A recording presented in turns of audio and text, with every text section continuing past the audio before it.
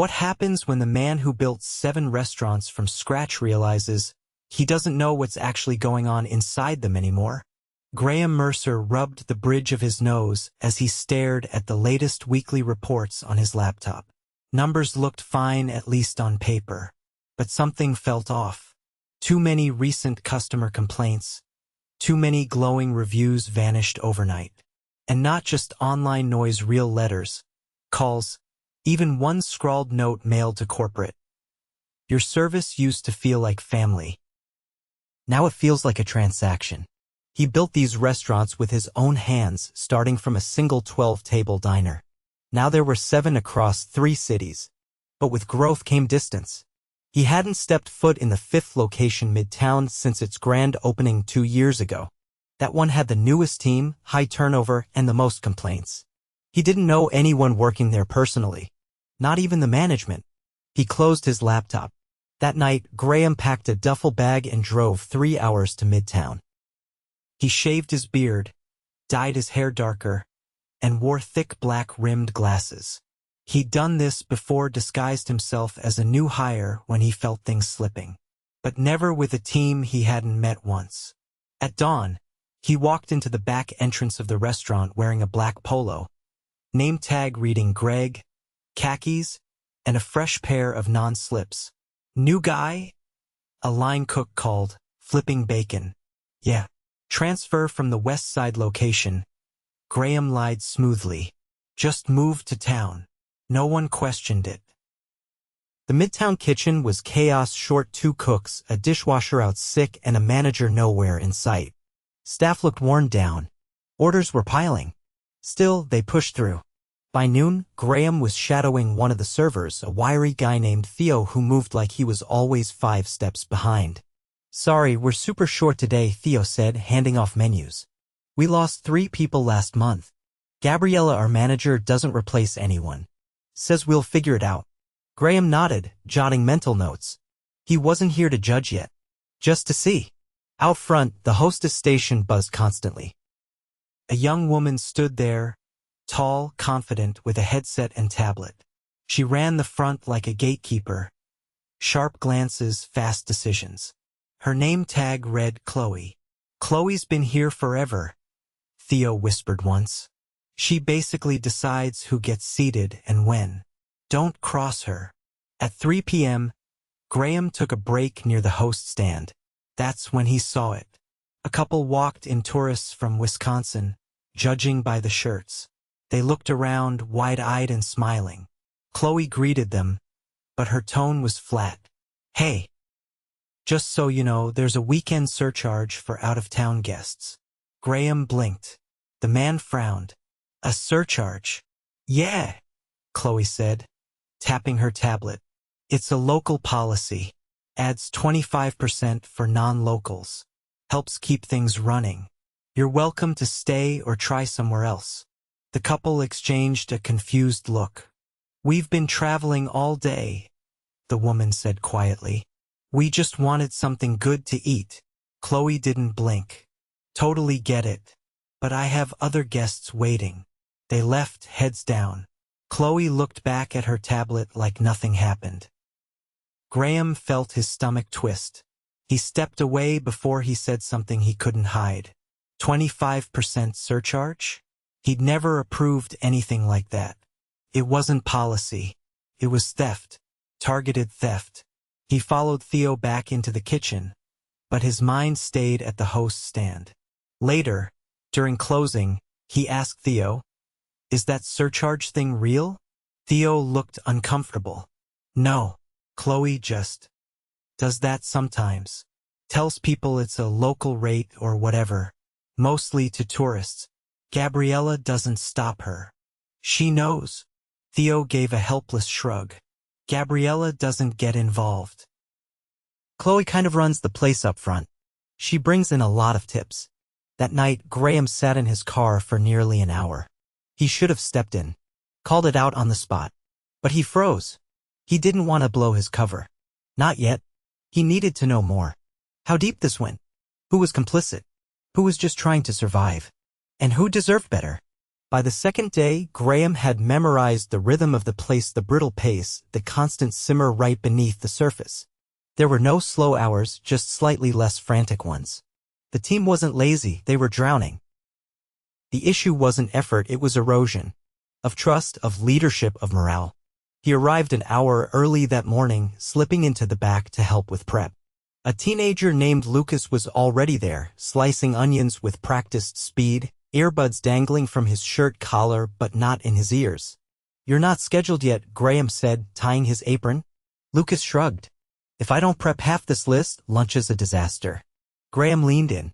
"You always come in early?" Lucas didn't look up. "Yeah. No one asks me to. Just. It's worse if I don't." The kid's knuckles were red, sleeves rolled past stained elbows. There was no complaint in his tone, just quiet resignation.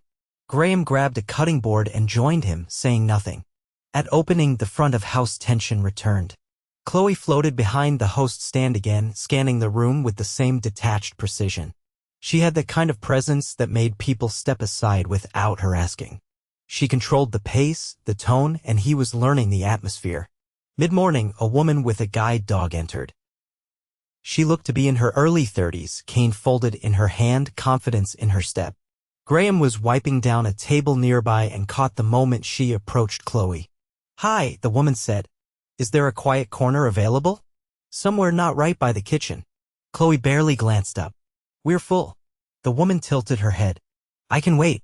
"There's no wait list," Chloe said flatly. "It's first come, first served. If something opens up, I'll let you know. But it might be a while." Graham watched as two booths sat empty near the window. One had just been cleaned. The other hadn't even been touched since breakfast. "You're welcome to try somewhere else," Chloe added. The woman paused, then nodded once. "Understood." She turned and left, her guide dog gently leading her back out the door. Chloe tapped her tablet as if the interaction had never happened. Graham walked straight to the service window, jaw tight. Theo was grabbing plates. "Who decides who sits where?" Graham asked, keeping his voice low. Theo glanced toward the front. "Chloe does. She says it's about flow, but honestly, sometimes it's just who she feels like seating." "She always turned people away like that?" Theo hesitated. "Not always. But she's particular." Graham had heard enough. At 1 p.m., Gabriella finally showed up. She walked in through the front, sunglasses still on, sipping a smoothie. Staff barely acknowledged her.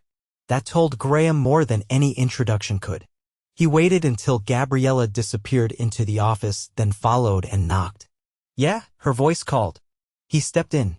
Gabriella looked up from her phone, surprised. "You're the new guy, right?" "Greg," he said.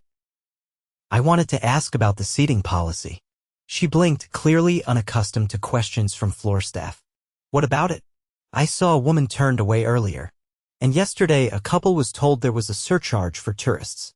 Gabriella leaned back. "Chloe handles front of house decisions. She's been here longer than anyone. She knows what works." "So that's a yes?" "On the surcharge." Gabriella's expression didn't shift. "I'm not micromanaging every decision. If Chloe has a system and it keeps the floor calm, I trust her." Graham stared at her, then nodded slowly. "Thanks." He turned and left. He didn't want to explode. Not yet. Not in a room with the door closed. He needed the team to hear everything when the time came. Back on the floor, a different storm was brewing. A delivery order had been messed up, wrong ticket times, missing items, and the customer had come inside to complain. The man was polite, frustrated, and clearly just trying to get lunch for his office. "I called twice," he said, setting the receipt on the counter. "Both times they said it was on the way." Chloe stepped in. "Sir, we're not a delivery-focused location. If we're busy, orders get delayed. That's just how it goes. But I paid extra for priority. We don't guarantee anything. That's a third-party platform problem." "No, it was your website." Chloe's eyes narrowed just slightly. "Then you should read the fine print." Behind her, Theo's face creased. Lucas, wiping counters, went still. Graham stepped forward. "I'll fix it." Chloe didn't move, but her glance cut sharp. "Excuse me." I said I'll fix it, Graham repeated, walking past her. He took the receipt, verified the order, then headed into the kitchen. 15 minutes later, he handed the man his full meal, refunded the extra charge, and apologized sincerely. The man thanked him quietly and left without another word. When Graham turned back, Chloe was staring. "You're not in charge," she said. "Neither are you," Graham replied, meeting her eyes. "You're just the loudest voice." She blinked, caught off guard for the first time. But she said nothing. That night, after close, Graham stayed behind. He helped Lucas restock the walk-in, then asked him to sit. "I'm not who I said I was," he began quietly. "My name is Graham Mercer. I own this restaurant." Lucas stared, stunned. Graham raised a hand.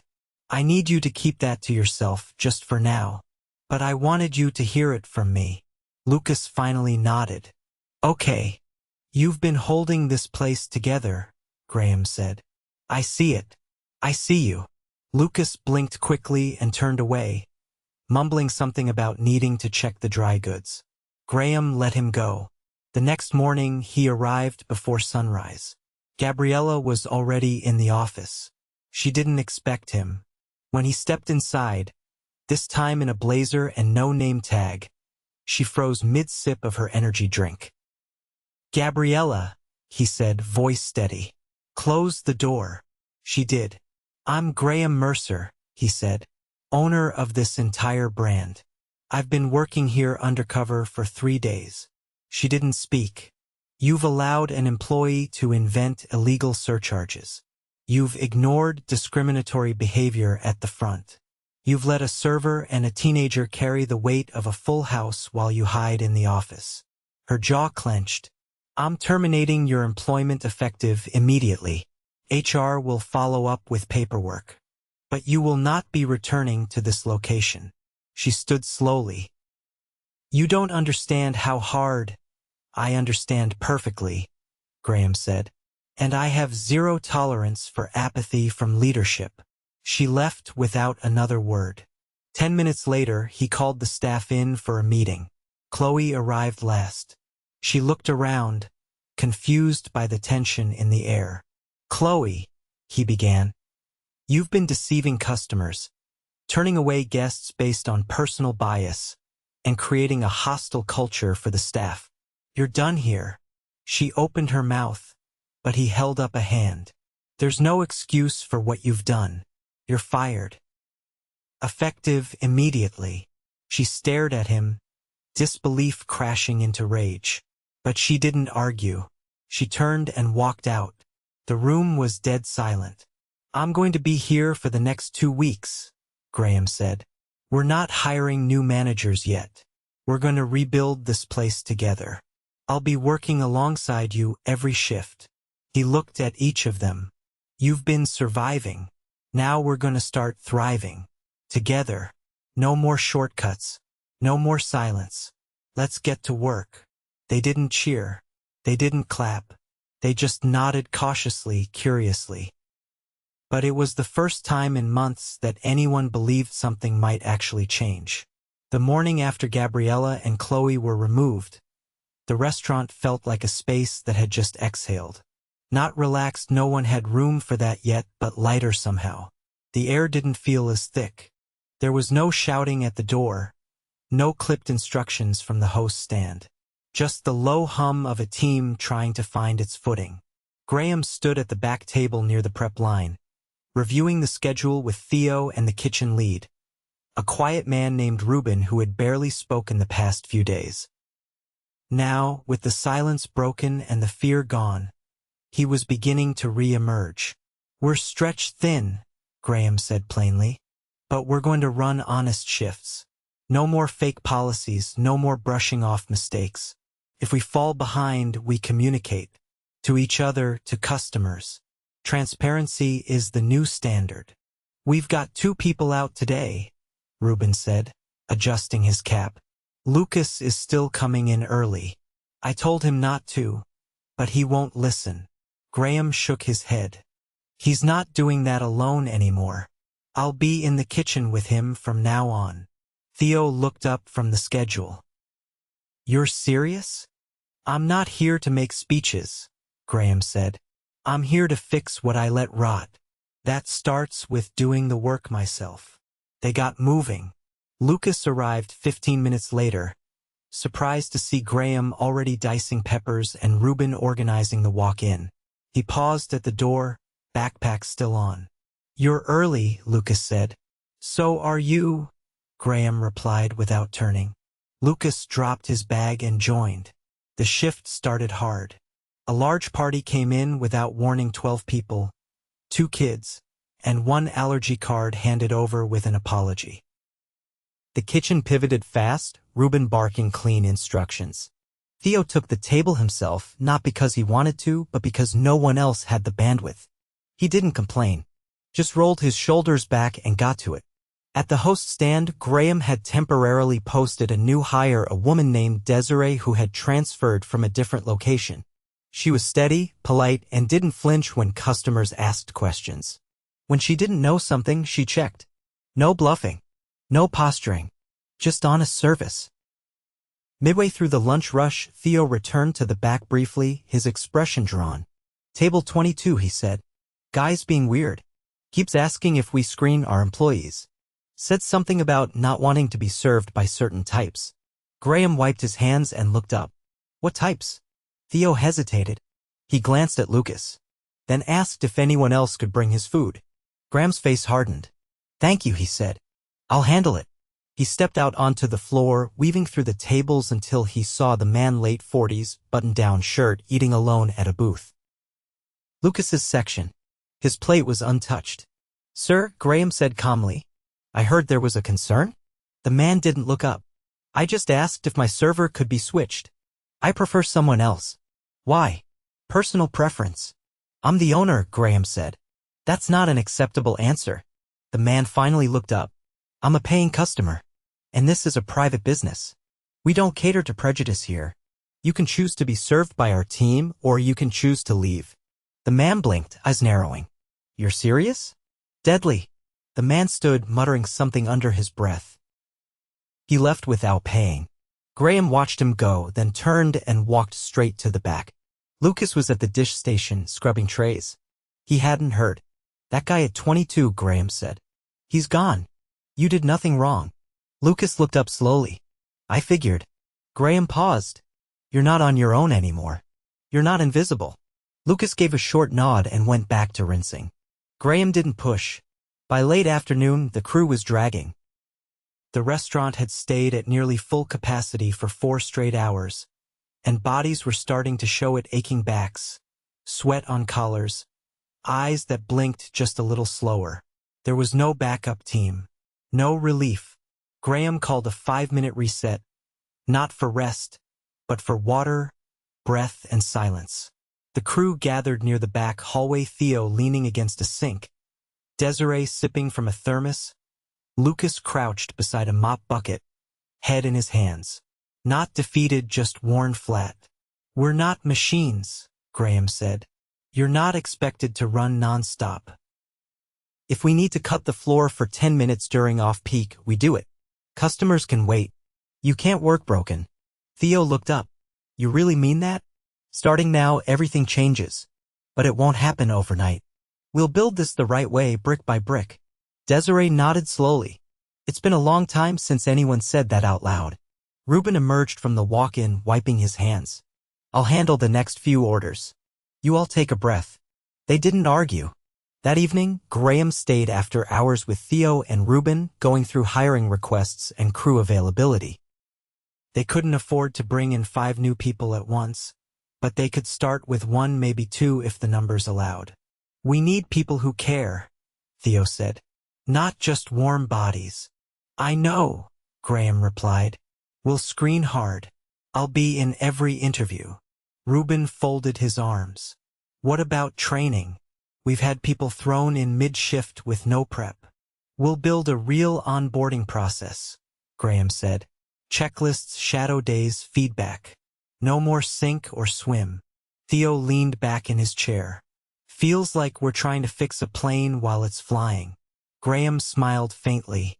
We are. But we've got the right pilots now. They closed up just before midnight. As Graham stepped outside, he saw Lucas sitting on the curb, eating cold fries from a takeout box.